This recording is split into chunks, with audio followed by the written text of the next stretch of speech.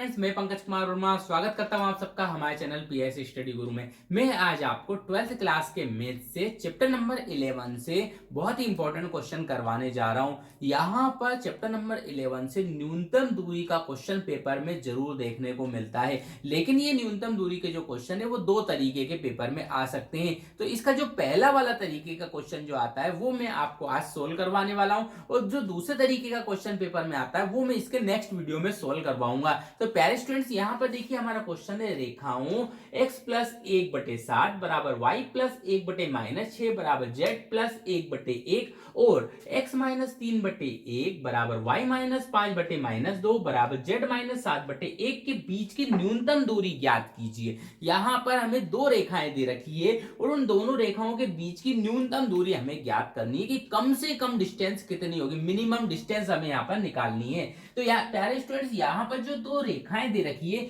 इनसे सबसे पहले तो हम मान लिख लेंगे। जरा ध्यान से देखिए, हल हम यहाँ पर करने वाले हैं सॉल्यूशन। तो सबसे पहले क्या करेंगे, पहली रेखा से पहली रेखा के बिंदु, सबसे पहले क्या निकालेंगे हम, पहली रेखा के बिंदु निकालेंगे, कोऑर्डिनेट निकालेंगे। पहली रेखा के जो बिंदु हैं वो कौन कौन से हैं, तो बिंदु में होते हैं x1 y1 और z1। यहां पे तीन चीजें होती है, x1 y1 और z1। तो प्यारे स्टूडेंट्स, ये x1 y1 z1 कहां पर रहेंगे जरा देखिए। तो पहली रेखा में x1 देखो यहां पर, x2 यहां पर और x1 y1 और z1, ये तीनों चीज पहली रेखा में हमें ऊपर देखने को मिलेगी। और दूसरी ये तो हो गए बिंदु तथा दिक अनुपात,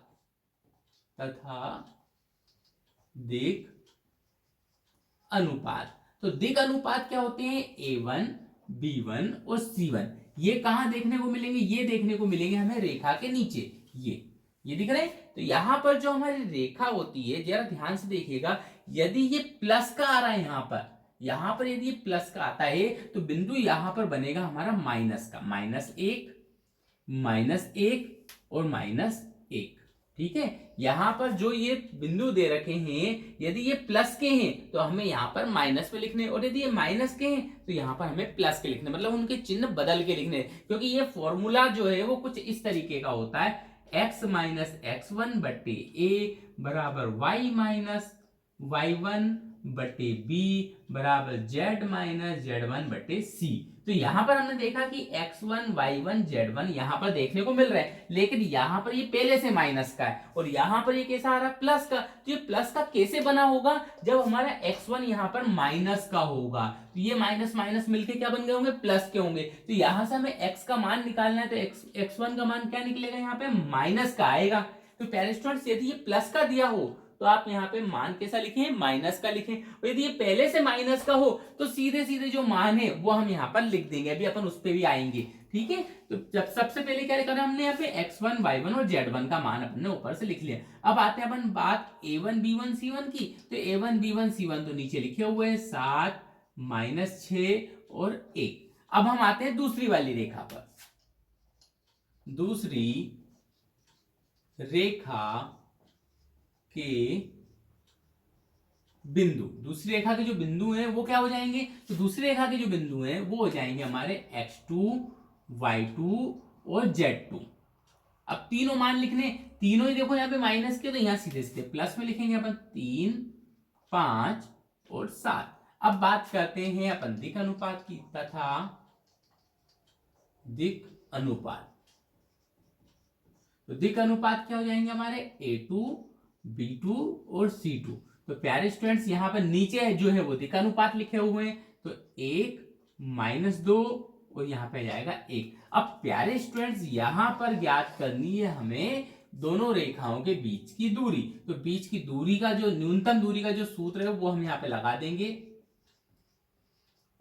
न्यूनतम दूरी को d से दर्शाएंगे, d बराबर, यहां पे जो सूत्र होगा न्यूनतम दूरी का वो क्या हो जाएगा, यहां पे सबसे पहले लगाएंगे अपन मोड। क्यों, क्योंकि दूरी हमेशा होती है पॉजिटिव, दूरी जो है वो कभी भी ऋणात्मक नहीं होती है। तो यदि हमारा यहाँ पे मान माइनस का भी आ जाएगा तो ये मोड से जैसे ही बाहर लाएंगे तो कैसा बन जाएगा, प्लस का बन जाएगा। तो प्यारे स्टूडेंट्स, यहाँ पे मोड लगाएंगे और मोड लगाने के बाद अपन मान लिखने वाले हैं, देखो कैसे लिखने वाले हैं, x2 minus x1 y2 minus, सबसे पहले तो देखो यहाँ पे जो फॉर्मूला है मैं आपको फॉर्मूला बता देता हूं, x2 minus x1, y2 minus y1, z2 minus z1, a1 b1 c1 a2 b2 c2, ये निकालेंगे अपन मोड में, काय में निकालेंगे, मोड में। और ये लगाया हमने बटे का निशान, बटे के निशान के नीचे लिखेंगे अपन। अब प्यारे स्टूडेंट्स यहाँ पर चूंकि हम सबसे पहले फॉर्मूला देख रहे हैं, इसलिए फॉर्मूले को अच्छे से सीख लें, बाकी ये सब चीजों के मान रखने और उसे सोल्व करना है तो वो तो हो जाएगा आसान, लेकिन सबसे पहले हमें क्या करना है, फॉर्मूला याद होना चाहिए। तो फॉर्मूले में ऊपर क्या लिखा हमने, x2 minus x1, y2 minus y1, z2 minus z1, और पहली लाइन इसकी जो सेकंड रो है उसमें क्या लिखेंगे, a1 b1 c1, और थर्ड रो में लिखने वाले हैं अपन यहाँ पर a2 b2 c2। तो प्यारे स्टूडेंट्स ये ऊपर का पार्ट है, अभी अपन नीचे लिखने वाले हैं। तो नीचे क्या लिखेंगे जरा ध्यान से देखिएगा, नीचे जो है वो हम यहाँ पे अंडर रूट के अंदर लिखने वाले हैं। अब अंडर रूट लगाया, नीचे लिखेंगे अपन a1 b2 minus a2 b1, इसका स्क्वायर, फिर बीच में लगाएंगे प्लस। अब देखो ये अपन ने यहां से a1 से चालू किया था, अब करेंगे अपन b से, तो a1 b2 a2 b1, अब आ जाएगा यहाँ पे b1 c2 minus b2 c1, इसका होल स्क्वायर प्लस, अभी आगे और भी जाएगा, यहाँ ध्यान से देखिएगा, देखो यहां से a1 से चालू करेंगे तो b1 पे खत्म होगा, फिर b1 से चालू करेंगे तो c1 पे खत्म होगा, अब c1 से चालू करेंगे अगला, तो c1 a2 minus c2 a1 का होल स्क्वायर। तो प्यारे स्टूडेंट्स ये आ चुका है हमारा फॉर्मूला। क्या करने वाले हैं, इसमें सिर्फ हमें वैल्यू पुट करनी है और हमारा आंसर आ जाएगा। तो ध्यान से देखिएगा किस तरीके से हम वैल्यू पुट करते हैं। तो यहाँ पे सबसे पहले x1, अरे हमने थोड़ा सा इसे नीचे लिखना पड़ेगा क्योंकि हमें ऊपर जगह चाहिए।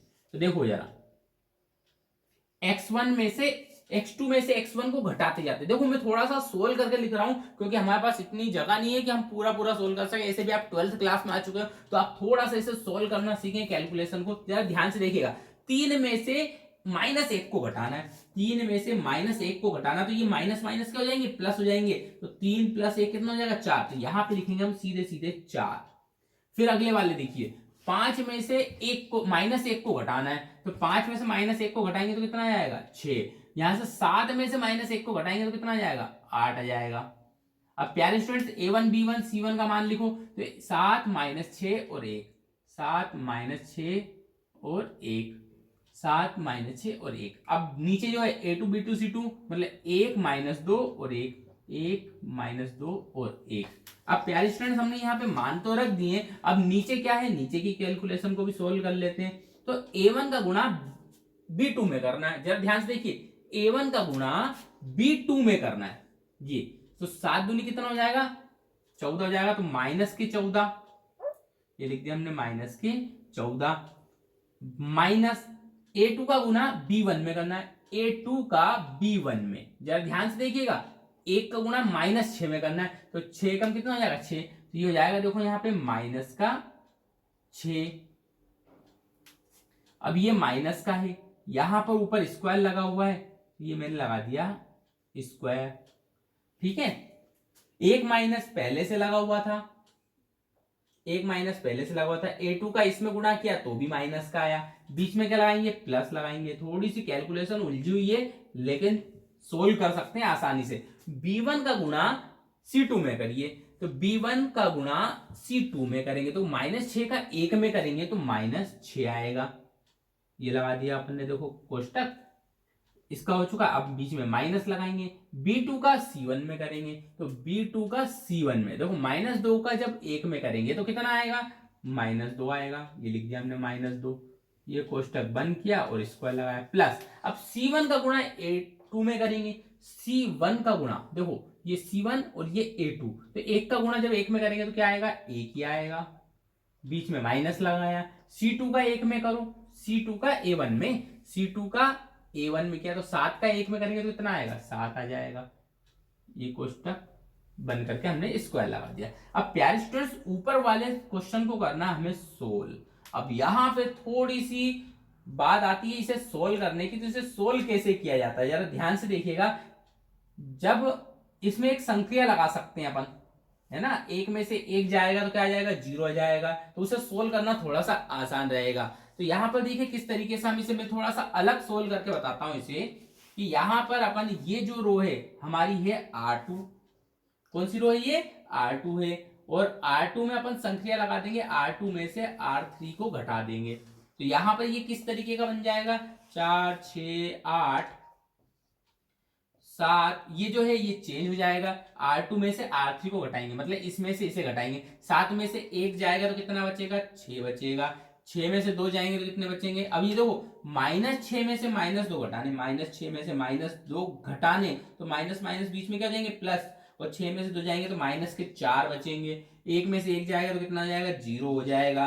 और नीचे ऐसे कैसे लिख देंगे ये। अब इसको सोल्व कर लेंगे। तो प्यारे स्टूडेंट, इसको सोल्व करने का तरीका क्या आएगा, जरा ध्यान से देखिए। पहले 8 के लिए हम सोल्व करेंगे। जब हम इसे 8 के लिए सोल्व करेंगे तो 8 के सामने की और ये इसके नीचे वाली रो छुपा देंगे। ये जो 4 बचेंगे इनको सोल्व करना है, तो इनका करते हैं अपन तिर्यक गुणा। 6 का 2 में करेंगे तो कितना आएगा, 6 दूनी 12, बीच में माइनस लगाते हैं। और 4 का 1 में करेंगे तो कितना आएगा, -4। लेकिन ये माइनस का और ये माइनस आपस में क्या बन जाएंगे, प्लस बन जाएंगे, ये हो जाएंगे 4। अब ऐसे ही 1 के लिए सोल्व करेंगे। तो यहाँ पे देखो ये प्लस के लिए सोल्व होती है, ये प्लस के लिए सोल्व होती है, बीच वाली माइनस के लिए। तो 0 के लिए सोल्व करने की जरूरत नहीं है, तो +1 के लिए सोल्व कर लेते हैं इसे।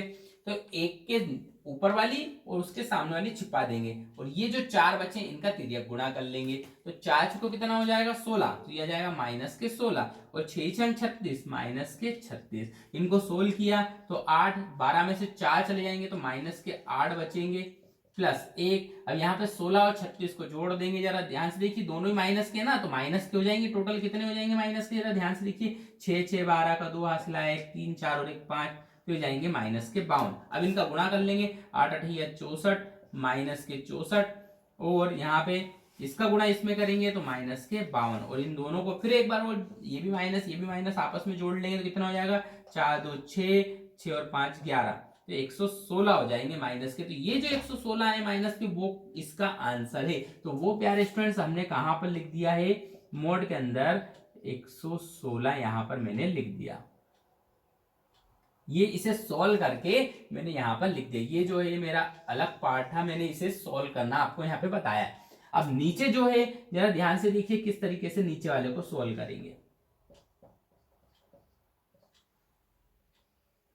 नीचे वाले को सोल्व किया तो देखो जरा, माइनस और ये माइनस आपस में कैसे हो जाएंगे, प्लस हो जाएंगे। और -14 में से प्लस के 6 कम कर देंगे।